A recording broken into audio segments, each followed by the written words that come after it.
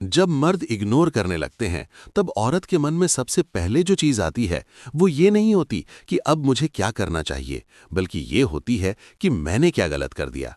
और यही वो जगह है जहां से ज्यादातर औरतें खुद से दूर होना शुरू कर देती हैं। क्योंकि जिस रिश्ते में सवाल सामने वाले के बिहेवियर पर होना चाहिए, वहां सवाल खुद की वर्थ पर आने लगते हैं। और धीरे धीरे औरत खुद को एक्सप्लेन करने, जस्टिफाई करने और प्रूव करने की कोशिश में थक जाती है। जबकि सच्चाई ये है कि किसी का अचानक बदल जाना आपकी कमी नहीं होता, बल्कि उसके अंदर चल रहे बदलाव का संकेत होता है। और जब कोई मर्द इग्नोर करने लगता है, मैसेजेस लेट करने लगता है, बातों में पहले जैसी वार्मथ नहीं रहती, प्रेजेंस आधी अधूरी हो जाती है, तो इसका मतलब ये नहीं कि आप ज्यादा एक्सपेक्ट कर रही हैं। इसका मतलब ये है कि वो इंसान अब उस रिश्ते को उसी सीरियसनेस से नहीं देख रहा। ऐसे वक्त में औरत को सबसे पहले जो करना चाहिए वो ये है कि वो अपनी फीलिंग्स को गलत साबित करना बंद करे। क्योंकि बहुत सारी औरतें खुद से कहती हैं कि शायद मैं ओवर रिएक्ट कर रही हूं, शायद मैं सेंसिटिव हूं, शायद मुझे ही ज्यादा फर्क पड़ रहा है। लेकिन सच्चाई ये है कि जहां केयर होती है वहां कंफ्यूजन नहीं होता, और जहां कंफ्यूजन होता है वहां केयर अधूरी होती है। इसलिए खुद को यह समझाना बंद कर दीजिए कि सब ठीक है, जब अंदर से कुछ भी ठीक महसूस नहीं हो रहा।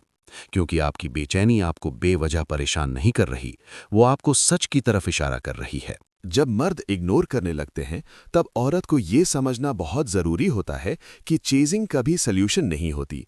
क्योंकि जितना ज़्यादा आप सवाल पूछेंगी, कॉल करेंगी, मैसेज करेंगी, उतना ज़्यादा सामने वाला इमोशनली पीछे हटेगा।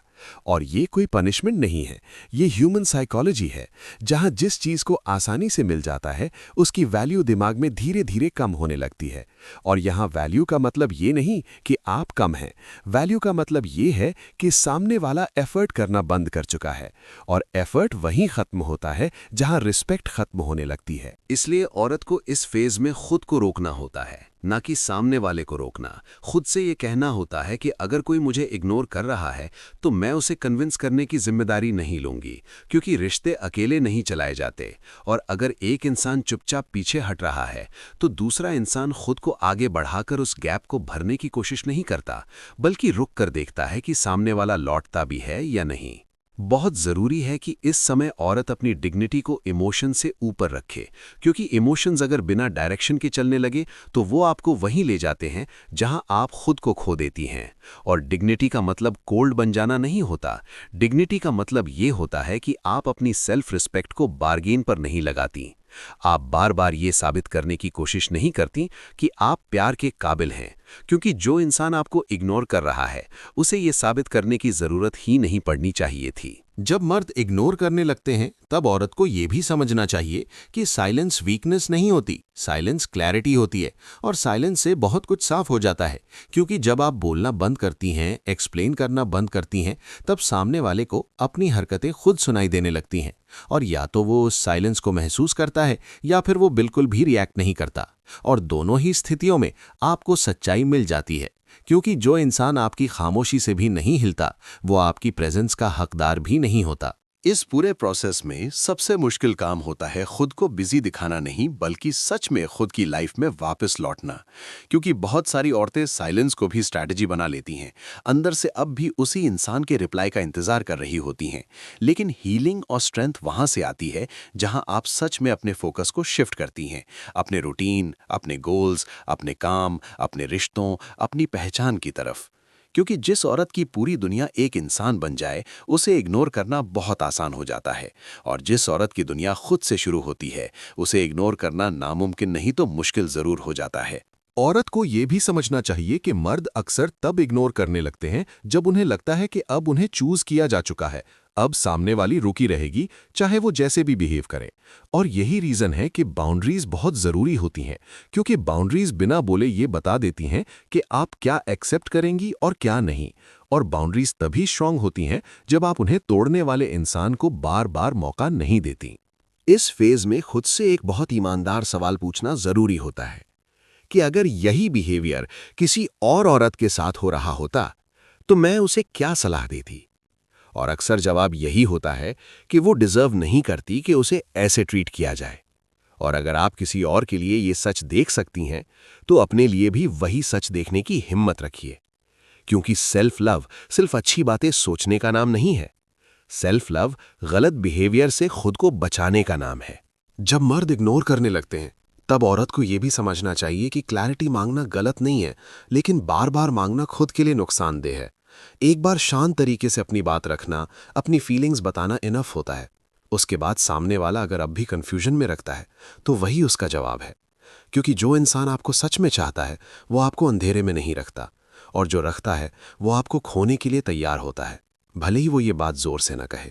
इसलिए खुद को ये याद दिलाते रहिए कि आपकी वैल्यू किसी की एफर्ट से तय होती है, वर्ड से नहीं। और कंसिस्टेंसी वही दिखाता है जो दिल से जुड़ा होता है, क्योंकि टेम्पररी अटेंशन और रियल केयर में बहुत फर्क होता है। और जो मर्द सच में इंटरेस्टेड होते हैं, वो आपको गेस करने पर मजबूर नहीं करते। और यही वो जगह है जहां औरत को खुद से एक बहुत जरूरी वादा करना होता है कि वो किसी के मिक्स्ड सिग्नल्स को प्यार का नाम नहीं देगी, क्योंकि जो इंसान सच में आपके साथ होना चाहता है वो आपको रोज अपने दिमाग में रखने की कोशिश करता है, ना कि आपको गेसिंग गेम खेलने पर मजबूर करता है। और ये बहुत साफ सच्चाई है कि अगर कोई आपको बार बार डाउट में रख रहा है, बार बार आपको फील करा रहा है कि आप ज्यादा चाह रही हैं, तो वो असल में आपको उतना नहीं चाह रहा जितना आप उसे चाहती हैं।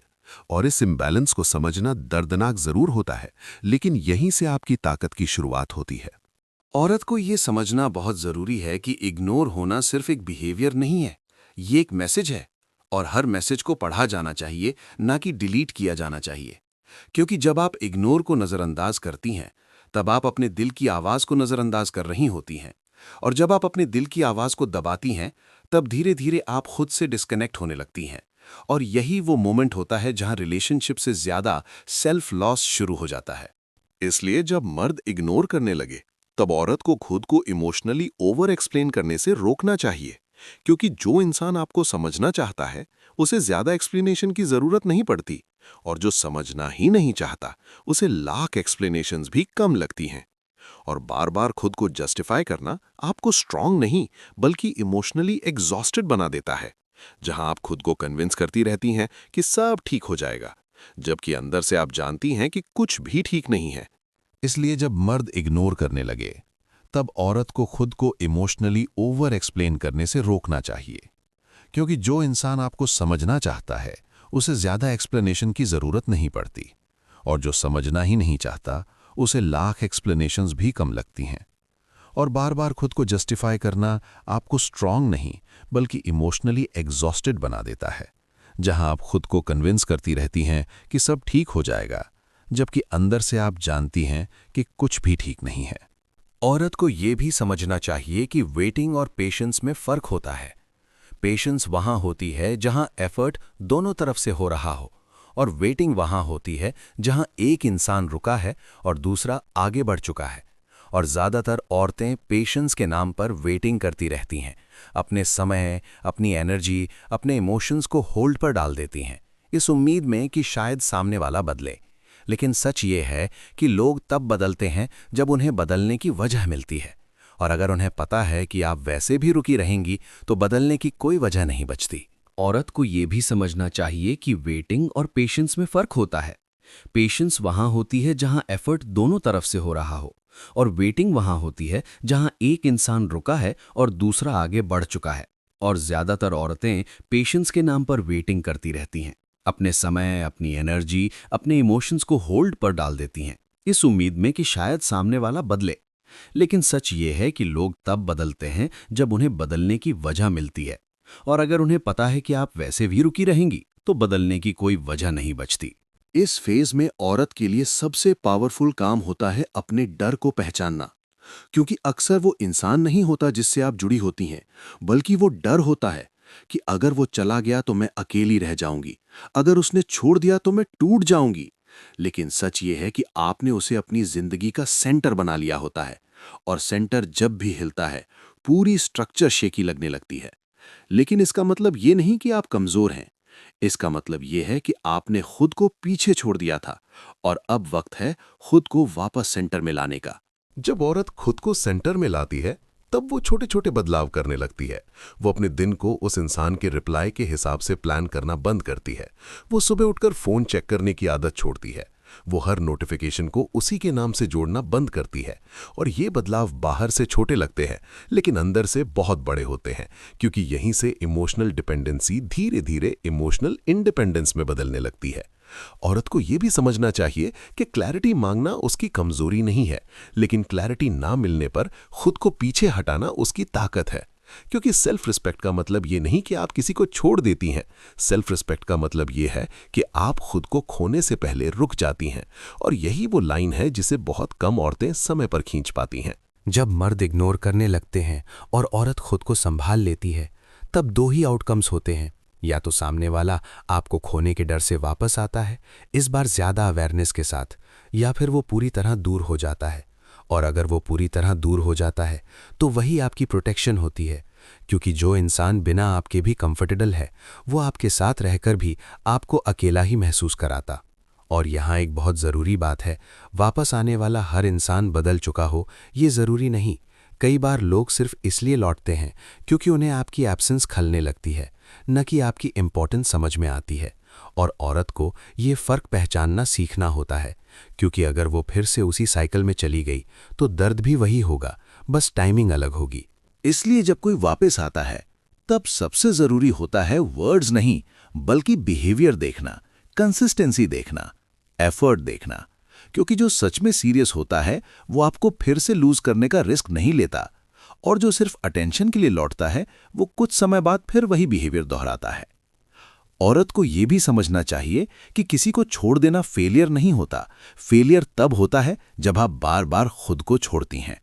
और रिश्ते का एंड आपकी स्टोरी का एंड नहीं होता, बल्कि कई बार वो आपकी रियल स्टोरी की शुरुआत होता है, जहां आप खुद को नए नजरिए से देखना शुरू करती हैं, अपने स्टैंडर्ड्स रीडिफाइन करती हैं और ये तय करती हैं कि आगे आप किस तरह का बिहेवियर एक्सेप्ट करेंगी और किसे नहीं।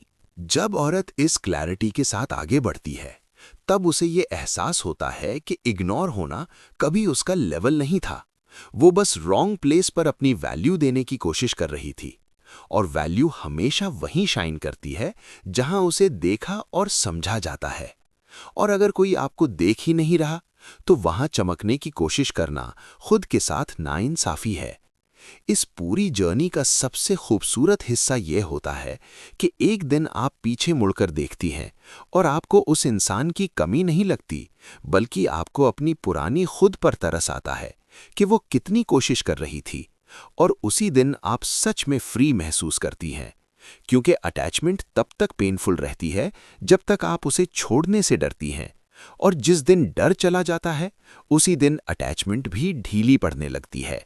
तो जब मर्द इग्नोर करने लगें, तब औरत को पैनिक नहीं करना चाहिए, खुद को दोष नहीं देना चाहिए और खुद को प्रूव करने की कोशिश नहीं करनी चाहिए, बल्कि उसे रुककर ये देखना चाहिए कि क्या वो रिश्ता उसे शांति दे रहा है या बेचैनी, कॉन्फिडेंस दे रहा है या डाउट, ग्रोथ दे रहा है या एग्जॉस्शन। क्योंकि जो रिश्ता आपको खुद से दूर ले जाए वो रिश्ता नहीं, एक लेसन होता है, और हर लेसन आपको थोड़ी और स्ट्रांग बनाकर ही छोड़ता है। आखिर में बस इतना याद रखिए कि जो औरत खुद को चूज करना सीख जाती है, उसे कोई भी लंबे समय तक इग्नोर नहीं कर सकता। और अगर कोई करता भी है तो वो औरत टूटती नहीं, वो समझ जाती है। और समझ आ जाना ही सबसे बड़ी हीलिंग होती है, क्योंकि क्लैरिटी के बाद दर्द नहीं रहता, सिर्फ एक्सेप्टेंस रहती है। और एक्सेप्टेंस के साथ जो शांति आती है वही असली क्लोजर होती है।